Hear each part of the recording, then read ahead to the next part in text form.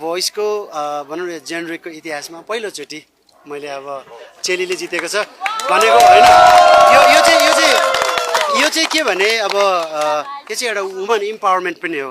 अब उहाँ जस्तो भोलि गएर अरू चेलीले पनि जितोस् र यो सङ्गीतमा पनि रियालिटी सोमा पनि यस्तो चिजहरू गर्न सक्छ अथवा विजय हुन सक्छ भन्ने एउटा राम्रो सन्देश जाओस् भन्न चाहन्छु। त्यही हो। अनि वन्स अगेन दिदा आई होप सम्पूर्ण नेपालीको विश्वास, घर परिवारको विश्वास, मामाको विश्वास, माइजूको विश्वास, आमा बाबाको विश्वास र होइन हाम्रो यहाँ दाईको विश्वास र हामी सबैजना हामी कोचको विश्वासलाई होइन भनौँ न हामी जति पनि मगर सङ्घमा भनौँ न हामी जतिजना छ उहाँहरूको विश्वासलाई तपाईँले एकदमै कायम राख्नुहुनेछ र यसलाई भनौँ न साङ्गीतिक क्षेत्रमा अगाडि बढ्नुहुनेछ भन्ने ठुलो विश्वास छ है। इतिहास रचेको छ, यो रचेको इतिहासलाई चाहिँ खेर जान दिनु भएन है। आमाकोबाट मामाकोबाट के भनौँ, मैले सबैभन्दा ठुलो कुरा म एकदमै हजुरहरूप्रति म एकदमै आभारी नै छु। एकदमै राजु सर लगायत सबै आफन्त मेरो देश विदेशमा रहनुहुने आमा बुवा दाजुभाइ तथा दिदीबहिनीहरू सबैलाई मैले एकदमै धन्यवाद दिन चाहन्छु।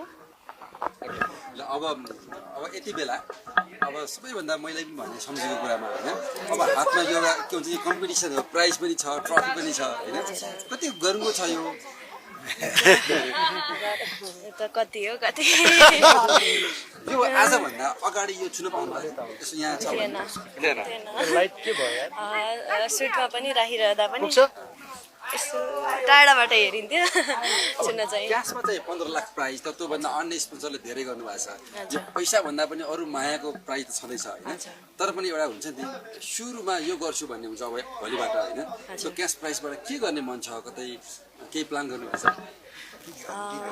त्यस्तो त छैन। अब यही साङ्गीतिक यात्रालाई अझै बढाउनेछु, निरन्तर दिनेछु।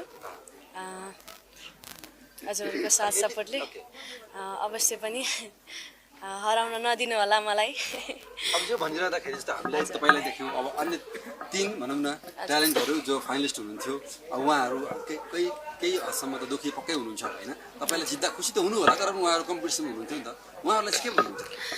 होइन यस्तो हामी चाहिँ एकदमै मिल्ने चारैजना। म चाहिँ सबैसँग मिल्ने, हाँस्ने बोल्ने सबैसँग गरिरहेको हुन्छु। अनि हाम्रो विशेष गरी हाम्रो सागर दाइ एकदमै मिल्ने, सपोर्ट गर्नुहुन्थ्यो। चिन्ताले के भन्ने प्रतिस्पर्धा पनि छ